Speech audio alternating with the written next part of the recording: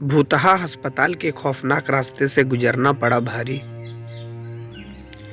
आज जो मैं आपको किस्सा बताने जा रहा हूँ वो हमारे कस्बे के भूतहा अस्पताल का है। सारे कस्बे के लोग इस अस्पताल को भूतहा अस्पताल कहते हैं। इस अस्पताल का असली नाम विक्टोरिया अस्पताल है। इस अस्पताल को आज से करीबन 100 साल पहले अंग्रेजों ने बनवाया था।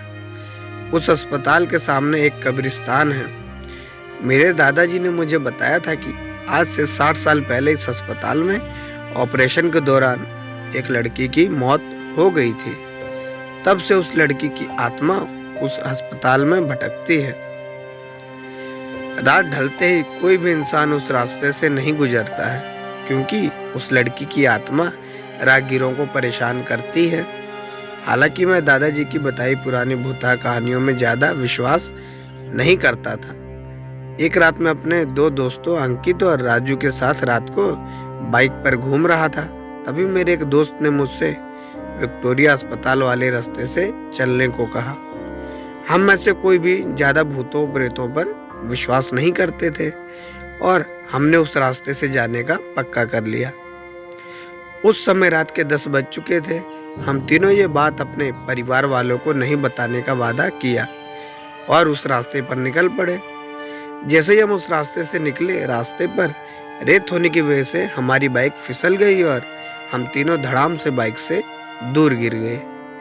गनीमत थी कि हम लोगों को कोई चोट नहीं आई थी। बाइक चला रहे मेरे दोस्त अंकित ने बोला कि उसका बैलेंस तो बराबर था, फिर ये बाइक कैसे फिसल गई। हालांकि वो थोड़ा डर गया था। तो मेरे दूसरे मित्र राजू ने बाइक चलाने को कहा। अब राजू बाइक चला रहा था।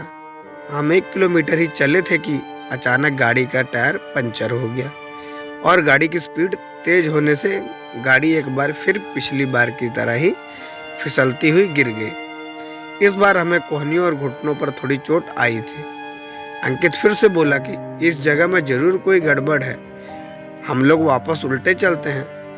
लेकिन मैंने और राजू ने उसकी बात नहीं मानी और बाइक उठाकर पैदल चलना शुरू कर दिया।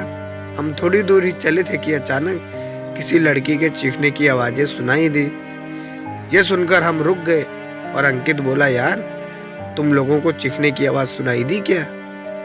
हमने उसकी बातों को अनसुना कर कहा कि कोई जानवर की आवाज होगी।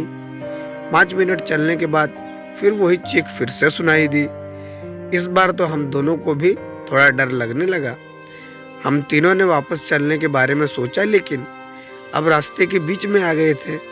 पीछे चलने में 3 किलोमीटर और आगे चलने में 2 किलोमीटर और बाकी थे।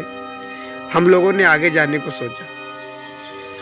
थोड़ा आगे चलने पर हमें बरगद के पेड़ के नीचे एक औरत दिखाई दी। इतनी रात को अकेली औरत को देखकर हमारे तो रोंगटे खड़े हो गए थे। हम लोगों ने पीछे मुड़ने का सोचा। तभी वो बूढ़ी औरत चिल्लाई, बेटा रुको, मुझे हाईवे तक का रास्ता बता दो।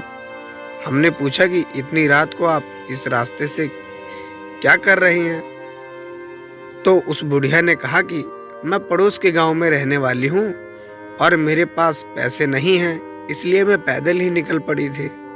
हाईवे के उस पार मेरा गांव है। हमने उस बुढ़िया की बात पर विश्वास कर लिया और आगे निकल पड़े।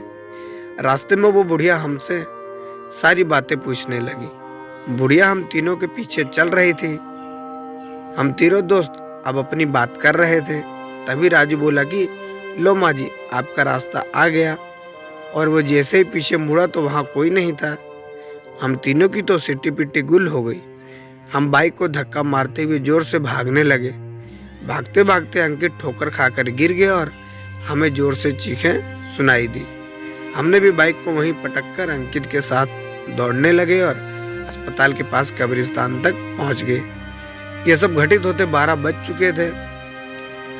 हम पसीने से तरबतर हो गए थे और कब्रिस्तान पार कर एक मंदिर की ओर रुक गए, क्योंकि अगर बिना बाइक के घर जाते तो जूते पड़ते। इसलिए उस रात मंदिर में ही रुक गए और सुबह होते ही बाइक लेकर अपने अपने घर आ गए और घर वाले दोस्त के यहाँ रुकने का बहाना बना दिया। उस रात के बाद से हम उस रास्ते से कभी नहीं गए। मुझे आज भी सपनों में वो भूतिया बुढ़िया और चीखने की आवाज़ें आती हैं। तो ये थी हमारी आज की कहानी। आशा करते कहानी आपको पसंद लगी होगी। कहानी कैसी लगी अपनी राय कमेंट में ज़रूर दें। साथ ही वीडियो को लाइक कर दें, दोस्तों को शेयर कर दें। चैनल पर नहीं हो तो सब्सक्राइब करना ना भूलें और बेल आइकन को प्रेस करके ऑल पे सेट कर दें, ताकि ऐसी ढेर सारी रोचक कहानियाँ पहुँचती रहे आप तक सबसे पहले। मिलते फिर अगली वीडियो में, तब तक के लिए धन्यवाद।